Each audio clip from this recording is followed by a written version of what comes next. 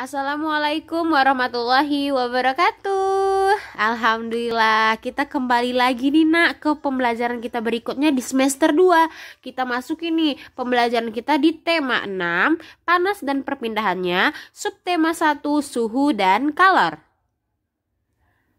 Nah, timbul pertanyaan untuk tema 6 ini. Yang pertama, apakah menurutmu panas bisa berpindah? Yang kedua, bagaimana caranya panas berpindah? Dan yang ketiga, apakah kamu pernah memegang gagang panci di atas kompor yang menyala? Apakah kamu merasakan panas? Dan bagaimana hal tersebut bisa terjadi? Nah, kamu perhatikan nih ya gambar bergerak ini. Yang pertama, gambarnya itu adalah gambar orang yang sedang menjemur baju. Nah, mengapa baju yang basah itu apabila dijemur di bawah sinar matahari bisa kering? Yang kedua, ada gambar air yang sedang mendidih. Nah, apa yang terjadi pada air di dalam panci tersebut? Oke, apakah kamu pernah melihat peristiwa-peristiwa seperti gambar tersebut? Iya pasti pernah ya nak. Nah, sumber panas apa saja nih yang dapat kamu temukan dalam gambar tersebut? Oke, kalau kamu ingin mengetahui lebih lanjut, kamu bisa membaca teks berikut ini. Sumber energi panas. Benda yang dapat menghasilkan energi panas disebut sumber energi panas. Ingat ya, sumber energi panas dapat kita jumpai di alam. Salah satunya adalah matahari. Matahari merupakan sumber energi panas terbesar. Semua makhluk hidup memerlukan energi matahari. Energi panas matahari membantu proses pembuatan makanan pada tumbuhan yang disebut sebagai proses fotosintesis. Makanan dihasilkan dari hasil fotosintesis menjadi sumber energi bagi makhluk hidup lainnya, termasuk manusia. Energi panas matahari dapat menerangi bumi sehingga udara di bumi menjadi hangat. Dalam kehidupan sehari-hari, energi panas matahari dimanfaatkan dalam berbagai kegiatan manusia. Misalnya, panas matahari digunakan untuk mengeringkan padi setelah dipanen, kemudian mengeringkan garam, mengeringkan ikan asin, bahkan untuk mengeringkan pakaian yang basah. Nah, kamu bisa mempraktekkan nih di rumah mengenai energi panas. Ada tuh kan di situ, cobalah kamu gosokkan kedua tanganmu selama 1 menit, kemudian apa yang kamu rasakan? Sekarang ambillah sebuah mistar plastik, kemudian gosok-gosokkanlah pada kain yang sering kering selama 2 menit. Lalu sentuhlah permukaan mistar plastik itu. Nah, kamu ini bisa mencobanya di rumah ya nak, untuk membuktikan energi panas. Energi panas dapat dihasilkan ketika terjadi gesekan antara dua benda. Pada kegiatan yang akan kamu lakukan itu nak, gesekan antara kedua telapak tanganmu dan gesekan antara mistar dan kain dapat menimbulkan energi panas. Selain matahari dan gesekan antara dua benda, energi panas itu juga dapat diperoleh dari api. Pada zaman dahulu nih nak, orang mendapatkan api dengan cara menggosokkan 2 buah batu yang kering sampai keluar percikan api. Selain itu, nenek moyang kita nih dulu itu menggunakan kayu kering lalu digosok-gosokkan dengan tanah yang kering sampai keluar api. Ternyata nih nak, gesekan 2 benda antara 2 batu kering dan gesekan antara 2 kayu kering dapat menghasilkan energi panas berupa api. Nah, saat ini nih api mudah dihasilkan dari korek api, bahkan kompor.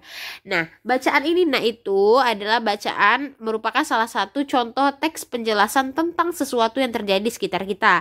Dalam kehidupan sehari-hari banyak dijumpai nih teks penjelasan berupa informasi pada berbagai media seperti media cetak, media elektronik.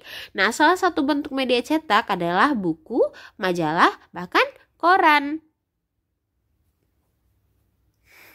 Dari teks bacaan tadi nak, dapat disimpulkan nih bahwa sumber energi panas itu terdapat di sekitar kita, yaitu berupa matahari, gesekan 2 benda, dan api. Nah, selain ketiga sumber itu, ada lagi nih, ada juga sumber panas yang berasal dari listrik. Nah, listrik adalah sumber energi yang pada sekarang ini sering dipergunakan oleh manusia, seperti untuk memasak, untuk menyalakan benda-benda elektronik di rumah, seperti ada di gambar itu kan, tuh ada oven listrik, ada air conditioner atau AC, kemudian ada televisi. Nah, matahari itu merupakan salah satu sumber energi panas yang paling besar di muka bumi. Energi panas matahari dapat menyebabkan peristiwa perubahan di alam yang mudah kita lihat dan amati. Nah, contohnya nih ya, pada saat kamu menikmati es krim di bawah sinar matahari, maka yang terjadi pada es krim adalah Iya, mencair. Nah, begitu juga nih kalau kamu melihat ada pohon yang awalnya itu warna daunnya itu hijau, tiba-tiba kok warnanya warna coklat karena dia terkena sinar matahari. Perbedaan suhu dan panas. Suhu dan panas atau kalor adalah dua hal yang berbeda. Nah, energi panas merupakan salah satu energi yang dapat diterima dan dilepaskan oleh suatu benda. Ketika sebatang logam dipanaskan dengan api, batang logam tersebut mendapatkan energi panas nih dari api. Energi panas membuat batang logam tersebut menjadi panas. Ketika batang logam tersebut panas, suhunya meningkat. Ketika batang logam menjadi dingin, suhunya menurun.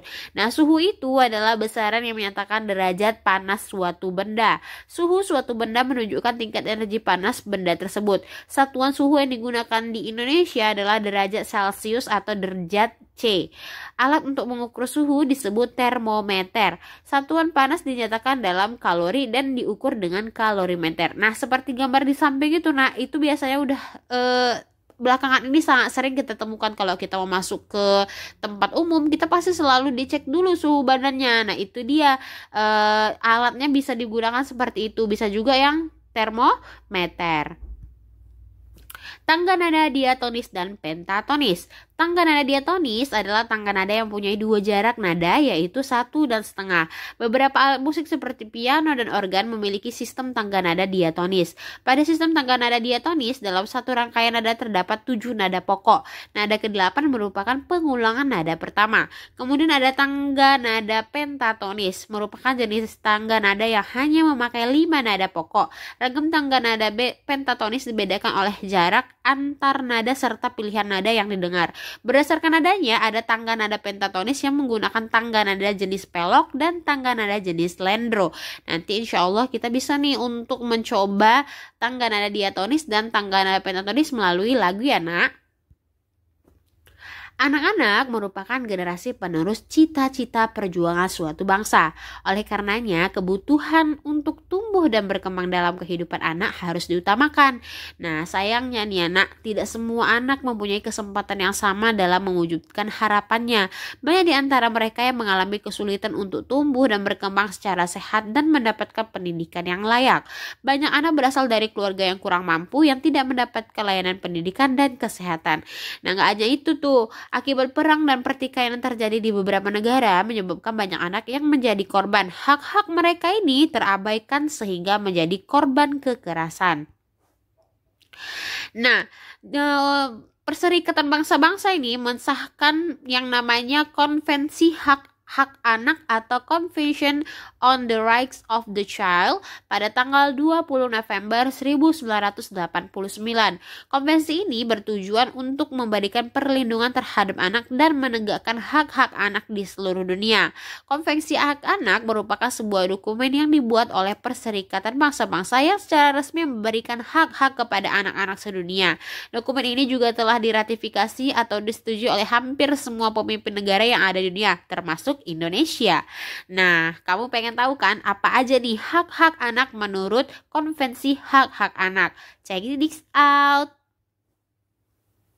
Hak anak yang pertama itu adalah hak kelangsungan hidup, hak untuk melestarikan dan mempertahankan hidup, dan hak memperoleh standar kesehatan tertinggi dan perawatan yang sebaik-baiknya. Ini seperti kalau kamu itu kamu berhak untuk mengetahui identitas seluruh anggota keluarga inti kamu, dari mana orang tua kamu berasal, siapa nama orang tua kamu, itu maksudnya ya nak. Kemudian ada hak perlindungan. Nah, perlindungan dari diskriminasi, eksploitasi, kekerasan, dan keterlantaran. Kamu ini memiliki hak yang sama dengan anak lain untuk melakukan kegiatan keagamaan atau melakukan kegiatan perayaan tradisimu. Seperti kalau kita yang beragama Islam pasti sholat di masjid, kemudian ada perayaan tradisi-tradisinya. Sebagai seorang anak, kamu tuh belum boleh bekerja dan kamu berhak diperlakukan secara baik tanpa kekerasan. Kalau di sini dibilang seorang anak belum boleh bekerja, bukan berarti kamu itu kalau disuruh orang tua kamu untuk menyapu rumah atau untuk membeli bahan makanan yang kurang di rumah itu namanya bekerja, bukan ya. Itu namanya kita mentaati orang tua. Nah, kemudian ada hak tumbuh kembang, hak memperoleh pendidikan dan hak mencapai standar hidup yang layak bagi perkembangan fisik, mental, spiritual, intelektual, moral, dan sosial. Kamu itu nak memiliki hak untuk sekolah, mendapatkan tempat tinggal, mendapatkan makanan dan minuman yang layak. Hakmu adalah bermain dan mendapatkan istirahat yang cukup. Ingat ya, hakmu itu bermain tapi tidak berlebihan. Kemudian mendapatkan istirahat yang cukup. Ingat, istirahat yang cukup, tidak berlebihan. Karena hal itu diperlukan untuk pertumbuhan dan perkembanganmu sebagai seorang anak. Dan terakhir nih, hak berpartisipasi. Hak untuk menyatakan pendapat dalam segala hal yang mempengaruhi anak. Kamu mempunyai hak untuk mendapatkan informasi sesuai dengan usiamu. Ingat ya, sesuai dengan usiamu. Kamu juga berhak untuk memberikan pendapat jika itu berhubungan dengan kehidupanmu sebagai seorang anak. Misalnya nih, kamu ditanya orang tuamu untuk mau sekolah di mana, atau mau liburan di mana, atau kamu ditanya apa yang kamu sukai. Seperti itu ya nak. Oke, segitu dulu penjelasan dari Miss. Kalau ada yang belum mengerti, kamu bisa menghubungi Miss langsung. Assalamualaikum warahmatullahi wabarakatuh. Bye bye. Stay healthy, stay happy.